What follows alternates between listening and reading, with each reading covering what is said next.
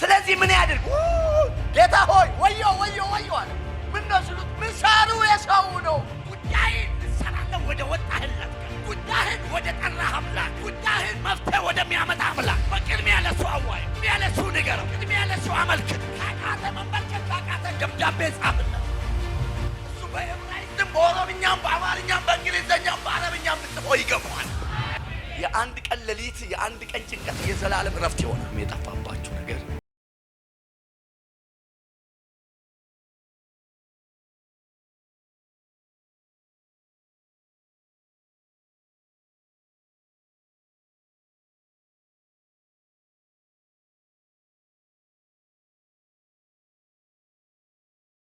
ምዕራፍ 6 ከቁጥር 1 እስከ 7 ያለውን ብቻ ነው ማነበው። መጽሐፍ ቅዱስ የያዛችሁ ሰዎች ከኔ ጋር መጸለይ ነው የፈለኩት በዚሁ ቃል። የነቢያትም ልጆች ኤልሳን እነሆ በፊትህ የምንቀመጥበት ስፍራ ጠቦናል፣ ወደ ዮርዳኖስ እንሂድ፣ ከእኛ ጋር አንዳንድ ምሰሶ ያምጣ፣ የምንቀመጥበትም ስፍራ በዚያ እንስራ አሉት። እርሱም ሂዱ አለ። ከእነርሱም አንዱ አንተ ደግሞ ከእኛ ጋር ከባሪያዎች ጋር ለመሄድ ፍቀድ አለው። እርሱም እሄዳለሁ አለ። ከእነሱም ጋር ሄደ። ወደ ዮርዳኖስም በደረሱ ጊዜ እንጨት ቆረጡ። ከእነሱም አንዱ ምሰሶውን ሲቆርጥ በምሳሩ ብረት ወደ ውሃ ውስጥ ወደቀ። እርሱም ጌታ ሆይ ወየው ወየው የተዋስኩት ነው ብሎ ጮኸ። እግዚአብሔር ሰው የወደቀው ወዴት ነው አለ። ስፍራውንም አሳየው። እንጨትንም ቆርጦ በዚያ ጣለው። ብረቱም ተንሳፈፈ። እርሱም ውሰድ አለው። እጁንም ዘርግቶ ወሰደው። ዛሬ እንዲህ በሚል ነው የተወሰደባችሁ ወይም የጠፋባችሁ ነገር ይገኛል። አሜን። እኔ ለማን እንደሆነ አላቅም። ለአንድ ሰው ዛሬ ብለዋል ጌታ። አሜን። ስፍራ ቢሆን ርስት ቢሆን ንብረት ቢሆን እጮኝነት ተቀምታችሁ ቢሆን ትዳራችሁ ተመቶ ቢሆን በተለያየ ነገር የተወሰደባችሁ ነገር ካለ ኢኮኖሚካልም ዛሬ ይመለሳል። አሜን። አንድ ሰው ጮህ አሜን ይበል። አሜን። እንግዲህ የነቢያት ልጆች የሚለው ነቢያቶች በሳሙኤል ዘመን አይታችሁ ከሆነ በናዝራሪያ የሚባል ቦታ ላይ የነቢያት ትምህርት ቤቶች ነበሩ። ነቢያቶች አንድ ላይ የሚማሩ እንደገና ይሄ ክፍል ደግሞ አንድ ላይ የሚኖሩንም ያሳያል፣ አንድ ላይ የሚያመልኩትንም ያሳያል። ስለዚህ አሁን የማምለኪያ ቦታ ነው ቀጥታ አውዱ የሚያናገሩና የሚያመልኩበት ቦታ ጌታ ሆይ አሉ። ስፍራው ጠቦናልና ጌታ ሆይ አሉት። እኔ በጣም ደስ ያለኝ በዛን ዘመን የነበሩ የነቢያት ልጆች ወይም ደግሞ አንድ ላይ ያልተገለጡ ገና ዝግጅት ላይ ያሉ በትምህርት ላይ ያሉ የነቢያት ልጆች ተሰብስበው የሚጸልዩ የሚያመልኩ ናቸውና ከቀደሙት ይጠይቃሉ። የትኛውን ነገር ሲያደርጉ ይጠይቃሉ። የእግዚአብሔርን ቤት ለመስራት እንፈልጋለን። ስለዚህ እንጨት ሄደን ከዮርዳኖስ ቆርጠን የእግዚአብሔርን ቤት መስራት ለምን ስፍራ ምን ብለውናል? ጠቦ ነው። የእግዚአብሔር ሰውም እንዲህ አላቸው፣ ሂዱ አላቸው። ሂዱ አላቸው። ከዛ ከመካከላቸው ከነቢ አንዱ ጌታ ሆይ አለው። አየህ አንድ ጊዜ ዘልቀህ እኮ የእግዚአብሔር ቤት ሊሰራ ነው ከኛ ጋር ሄደህ እንጨት ትቆርጣለህ አይባልም እኮ ነብዩ። የዛን ዘመን የነበሩት የነቢያት ልጆች ግን ጌታ ሆይ በመጀመሪያ ፍቃዱ ነው። ይሄን የእግዚአብሔርን ቤት ለማስፋት ለመስራት አስበናል። ምን ትላለህ? እንጨት ከዮርዳኖስ ቆርጠን መተን ቤት ልንሰራ ፈልገናል አሉት። ሂዱ ጥሩ ነው የተሻለ ነው አላቸው። ግን አለው አንደኛው መጥተው ደግሞ ለምን አንተ ከኛ ጋር አትሄድም? አየህ ልክ ያቺ ሴት ትዝ ይላችኋል። ኤልያስ መጀመሪያ ውሃ ከውሃ በኋላ ነው አንጎቻ ይዘሽ ነው ያለው። ወደ ገደለው አይገባም። ወደ ገደለው ከመግባ አገባብ አለ ሁሉ ነገር። ልክ ኢየሱስ ሳምራይቷን ሴት አገባብ ነው የመጣው። ውሃ ጠጭኝ አላት። ቀጥታ ሄዶ መብረቅ መልእክት ቢነግራት ደንብራ ነው የምትጠፋው። ያ ሁሉም ህዝብ አይደን እሷ ማድነ። ስለዚህ የነቢያት ልጆችም ምን አሉ? የመጀመሪያ ቤት ልንሰራ ነው አሉት። ጥሩ ነው። ሁለተኛ ደግሞ ከኛ ጋር ብትሄድ እሺ አለ። ነብዩ አብሯቸው ሄደ። ወደ ዮርዳኖስ ሲሄዱ እንጨቱን እየቆረጡ እያለ ይላል ምሰሶ እየቆረጡ እያለ በጣም ይገረመኝ። ምን ነው የሀብታሙ አይጠፋም? ምን ነው የራሱን ይዞ ሄዶ ሰው አይጠፋም? ተመልከቱ። ለዚህ ነው ላለው ይጨመራል ለሌለው ያትለችው ምን ትበል ሚኪ ስለሚስቅ ነው የሚያውቀው ነገር አለ። ላለው ይጨመራል ለሌለው ያቺ ያለችው ምን ትባል ይሄ በቅርብ ስላለፈ ነው። ስለዚህ ወዲያው ያ ሰው ምሳሩ የማን ነው? እንጨት እየቆረጠ እያለ ብረቱ ማለት ነው በእኛ ቋንቋ መጥረቢያው ማለት ነው ዘለለና ጥልቅ ባህር ውስጥ ገባ። እቺ ዮርዳኖስ ደግሞ መከረኛ ነች። ብዙ ታሪክ ተዋይንቶ የሚወጣበት አይደለም፣ ተፈልጎ የሚገኝበት አይደለም። ድፍረስ ነው። እንደው በፈውስ ነው እንጂ ሲከፈል ነው እንጂ በታሪክ የሚታወቀው ውጦ ዝም ሲል አይታወቅም። ስለዚህ ምን ያድርግ? ጌታ ሆይ ወዮ ወዮ ወዮ አለ። ይኸው ቃሉ ነው የሚለው። ምን ነው ሲሉት ምሳሩ የሰው ነው። ዛሬ መልእክት አለኝ። እግዚአብሔር ያውቃል። ተሸማቃችሁ የምትኖሩ ሰዎች ያበቃል። አሜን። አብቃቅታችሁ ለምትኖሩ ሰዎች ያበቃል። አሜን። ተጨንቃችሁ ለምትኖሩ ሰዎች ያበቃል። አንድ ሰው ጮሆ ያበቃል ይበል። እሺ ወየው አለ። ወየው የሰው ነው አለ። አስቡት፣ ይህ ሰው ምሳዱን ይዞ ካልወጣ ወደ ሰፈር መመለስ አይችልም። ወይ ጎረቤት ነው ወይ የቤተሰብ ነው ወይ ዘመድ ነው። በመጀመሪያ ገና ሲመጣ ተሸክሞ የሚመጣውን ግንድ አይደለም የሚያዩት፣ ምሰሶ አይደለም፣ እጁ ላይ ያለውን ምሳዱ፣ እጁ ላይ ያለ መጥረቢያ ነው የሚፈልገው። ወያ አለ፣ ወዶ አይደለም።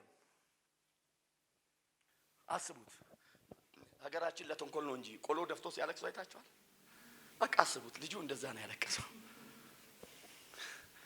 ምንም መግቢያ የለውም። ባልገባ ይሻለኛል ነው የሚለው። ባልገባ ገጥሟቸው ያቅም ሰው የሆነ ነገር አድርጎ የሰው ነገር ጥሎ ምን ላደርግ እኖራለሁ? ባልገባ ይሻለኛል አለ። ምን ነው ምሳሩ ምንድን ነው? የማን ነው? ሰው ደግሞ ለሰው ምሕረት ማስረዳት አይቻልም። ሽጠህ በልተህ ነው የሚሉት። ስለዚህ እሱ ብቻ አይደለም ችግሩ። የችግሩን ትልቅነት በጣም ብታዩት ደስ ይለኛል። አንደኛ እዛ ውስጥ አጋይቶም ቢሆን አዋጥቶ ሼት ተደራርጎ የሚገዛ አቅም የላቸው የነቢያት ልጆች። ዛሬ ነቢያት አገልጋይ ነን ሰው ካለ ሊያበድርህ አይችልም። አይቻለሁ በህይወቴ። ወየው አሉ። አዋጥቶ መዝጋት ሲችሉ የሄዱት ለአንድ ዓላማ ነው። መፍትሄው የጋራ፣ ችግሩ የጋራ ነው። መፍትሄው ለአንድ ሰው ሆነ። አስቡት። ከነሱ መካከል ይላል አንዱ ይላል ብዙዎች ናቸው። ከብዙዎች መካከል መጥረቢያ ያጠፋል። የማ የሰው ይዞ ለወጣው። ልባርካችሁ። አሜን። ሰው በተጨነቀ ጊዜ ደራሽ ያርጋችሁ። አሜን አሜን። እናንተ እያላችሁ ሰው ቀን አይጠርበት። አሜን። ቀን አይጨልምበት። አሜን። መታጠፊያ አይጠራው። አሜን። እግዚአብሔር ለመፍትሄ አድርገኝ የሚል አሜን ይበል። አሜን አሜን። ይሄ ትልቅ ነገር ነው። ይሄ ማለት ሰው እዚህ ደረጃ ከደረሰ ለመኖር ትርጉም የገባው ምን ያህል እንደሚኖር ሲኖር ሂሳቡን አወራርዶ የሚሄድ ሰው ያስታውቃል። ሂሳቡን። ስለዚህ ወየው አለ። ለአንድ ዓላማ ወጥተው ችግሩ የግለሰብ ሆነ። ችግሩ የአንድ ሰው ሆነ። መከራው የአንድ ሰው ሆነ። ውርደቱ ለአንድ ሰው ሆነ። መሸማቀቁ ለአንድ ሰው ሆነ። አንገት መድፋቱ ለአንድ ሰው ሆነ። ወየው ለአንድ ሰው ሆነ። ግን የወጡት ብዙዎች ናቸው። ስራው የጋራ ነው። ጥቅሙ የጋራ ነው። ችግሩ ግን የአንድ ሰው ሆነ። ወየው አለ። ወደ ማንም አልሄደም። ሂዱ ወደ አለው አብሯቸው ወደ ወጣው ወደ ኤልሳ ወደ እግዚአብሔር ሰው ሄደው ወየው ጌታ ሆይ አለው። ምን ነው ሲለው ምሳሩ እኮ የሰው ነው፣ መክፈል አልችልም፣ መተካት አልችልም። ብችል ኖሮ የሰው ለምን ይዤ ወጣው? ቢኖረኝ ኖሮ ለምን በሰው ምሳር ወጣው? በጎ ፈቃድ አለኝ። ስራውን መስራት ፈልጋለሁ። የእግዚአብሔር ቤት እንዲሰፋ ፈልጋለሁ። የጠበበን መኪና እንዲሰፋ ፈልጋለሁ። ሰው የራሱን ይዞ ሲወጣ እኔ ተውሼ ወጣው። ግን የራሳቸው ያላቸው ሰዎች ሳይሆን የተዋሰው ሰውዬ ምን ያደርጋል? ለእንደዚህ አይነት መፍትሄ ካልሆነ ለምን ምን እንኖራለን? የመኖር ትርጉም ውስጥ ገብቶናል። ለምን እግዚአብሔር እንደሚያኖረን ገብቶናል። ለምን እግዚአብሔር እዚህ ምድር ላይ እንድንኖር እግዚአብሔር እድሜ ቀጠለልን። ለምን ጣላችሁ? ይህ ሰው ጮኸ ወየው አለ። ምን ያድርግ? ተዋረደ።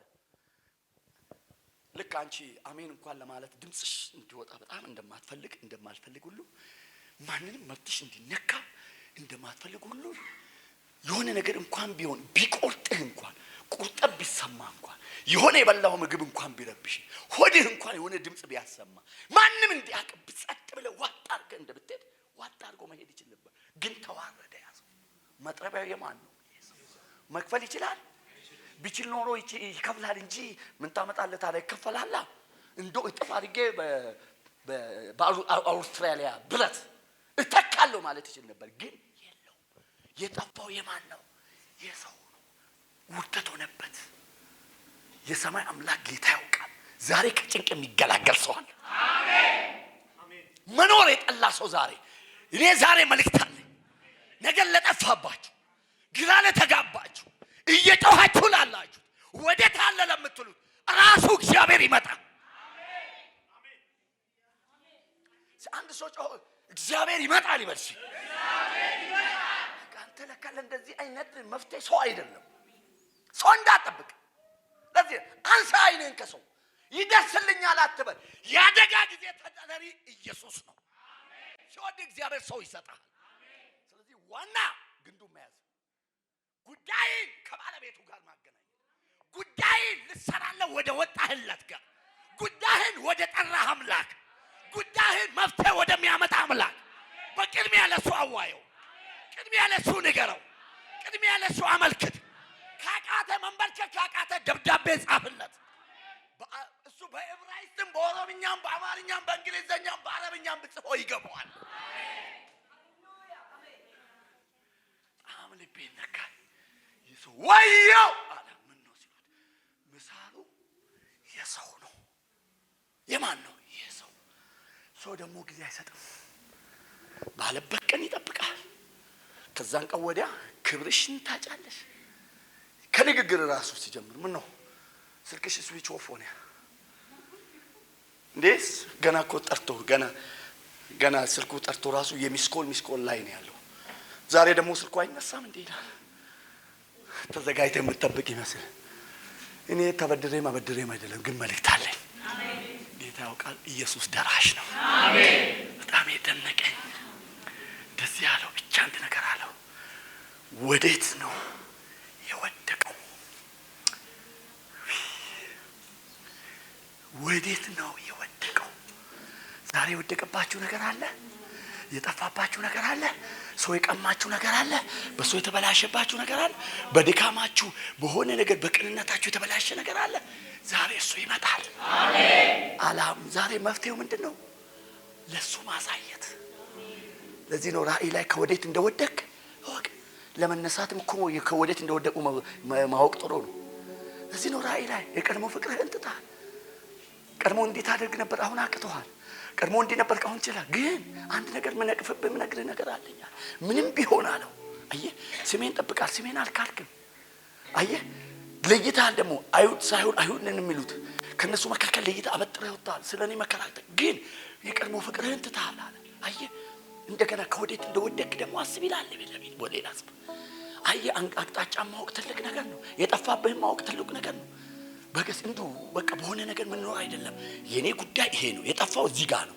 ነገር የተበላሸው እዚህ ጋር ነው። እንዲህ መሆናል ካልክ ዛሬ እግዚአብሔር ነገርን ያነሳል። አሜን። ሲበደም በአሜን በሉ። አሜን። ክብር ለማን ይሁን? ስለዚህ እንደዚህ ያለው ይላል።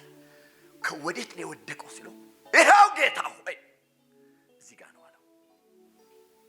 እናንተ ማትችሉት ነገር አለ። ሲጀመር ማድረግ የሚችል ሰው ይጨዋል እንዴ? ቆይ ገላጋይ የሚፈልገው አቅም ያለው ነው አቅም የሌለው? ሰው ቤት እየተቃጠለ ዝም ማለት ይችላል? ወይኔ እኔ ድምጼ አያምርም አይልም። የመጣው ችግር ካንተ መብት ስለሚበልጥ የመጣብህ ነገር ከይሉንታ ከሚስለሚያወጣ የመጣው ችግር ማንነትን እንድትታዘብ ራስን ያደርጋል። ለምን ማንነትን ያስጠላል፣ ክብርህን ያስጠላል። ይህ ሰው ወየው ወዴት ነው የወደቀው? አቅጣጫውን ብቻ ይሄው ጌታ ሆይ እዚህ ጋር ነው የወደቀው አለው። መፍትሄ ያለው አምላክ። ስንቶቻችሁ በዚህ ጌታ ትኮራላችሁ? ስለዚህ ጌታ ክርስቶስ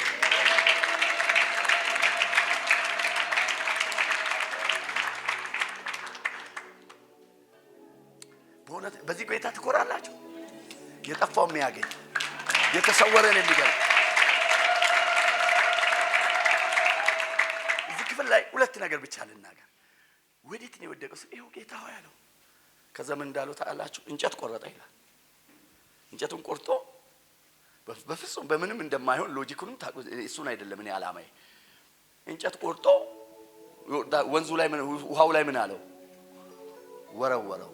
እንጨቱ ነው ብረቱን የሳበው? ብረቱ ነው እንጨቱን የሳበው? ድገሙ እስቲ። ሲጀመር እንጨት ብረትን የመሳብ አቅም አለው? ለካ የኔ ነገር በተአምር ነው። ያንቺ ነገር በተአምር ነው። ይሄ ከገባ በደንብ አሜን በል። በተአምር ነው ስንል እኮ ዝም ብሎ አይደለም።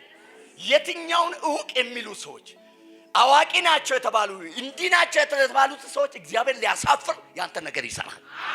የእግዚአብሔር መንገድ ይሄ ነው።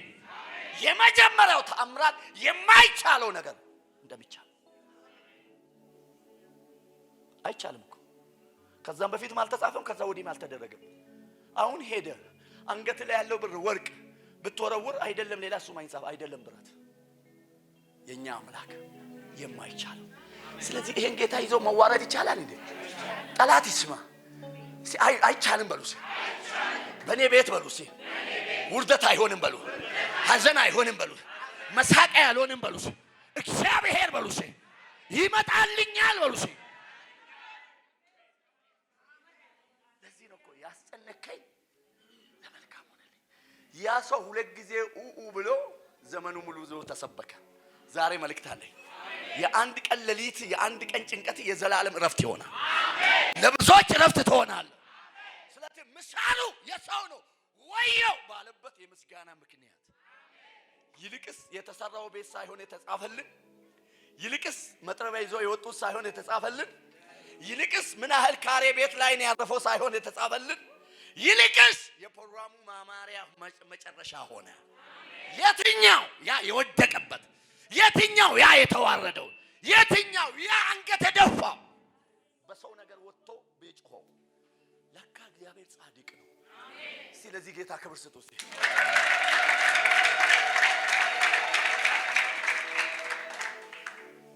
እግዚአብሔር ልክ ነው።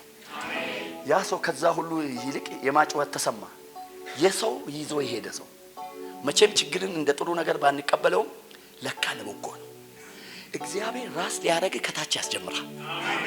እንድትናቅ ያደረገ ቀን እየከበርክ ነው።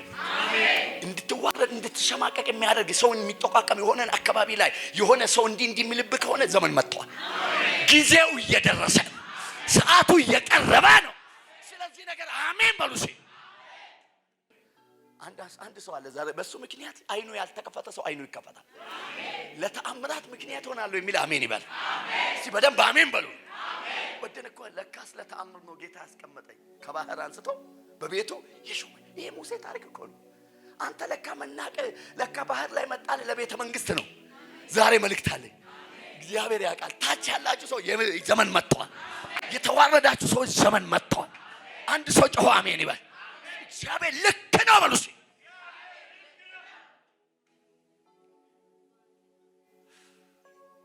ምን እንዳለው ታውቃለህ? ወዴት ነው? ስለዚህ ነው ያለው። እንጨት ጣለ፣ ብረቱ ተንሳፈፈ። መጨረሻ ላይ ግን እንደዚህ ያለው እጅህን ዘርግተህ ውሰድ። ሁለት ነገር ይሆናል። አቅጣጫን እወቅ፣ የተባልከውን አድርግ። ዛሬ የሆነ ነገር ሩቅ የሆነባችሁ እስቲ እናንተ አስቡት። እጅህን ዘርግተህ ምን በለው? ውሰደው ስለ እንዴት እንደሆነ እኔ ሳስበው በአይምሮ ይስሰል ወይ ባለበት ምሳ ወየው ባለበት ምሳ እጅህን ዘርግተህ ምን በለው? ውሰደው ስለ ለካ ነገሩ ቅርብ ነው። እስቲ በደንብ አሜን በሉ። የሆነ ሰው አለ የራቀብህ ነገር የሚቀርብበት፣ የጠፋ ነገር የሚገኝበት፣ ባልክበት ወየው ባልክበት ተአምር የምታይበት። እጅህን ዘርግተህ ምን በል? እጁንም ዘርግተው ምን አለው? ለካ ይቻላል። ለካ ከውርደት ወደ ክብር ይቻላል። ለካ ከመሸማቀቅ የሚያወጣ አምላክ አለ። ይሄ የኔ ታሪክ ነው የሚል አሜን ይበል። ዛሬ ልጸልይላችሁ ፈልጋለሁ። የተዋጠ ነገር ይጠፋል። የተወሰደባችሁ ነገር ይመለሳል። ልዋረድ ነው ባላችሁበት ነገር ትደነቃላችሁ። ይህ ነው የሚለው እዛው ክፍል ላይ ትልቅ ተአምራት እንደሆነ፣ የሰዎች ሁሉ ትኩረት እንደተሻበ፣ ውርደቱን ከሰሙት ይልቅ ምስጋናውን ያየው፣ መሸማቀቁን ካዩት ይልቅ የሱን ክብር ያየው አንድ ሰው አለ ዛሬ። እግዚአብሔር ከኔጌቲቭ የሚያወጣ ሰው አለ። ካለቀ ካበቃ ነገር ላይ ለካ ዘመን አለው፣ ለካ ጊዜ አለው፣ ለካ ሰዓት አለው። ይሄ ጊዜ የኔ ነው የሚል አሜን ይበል።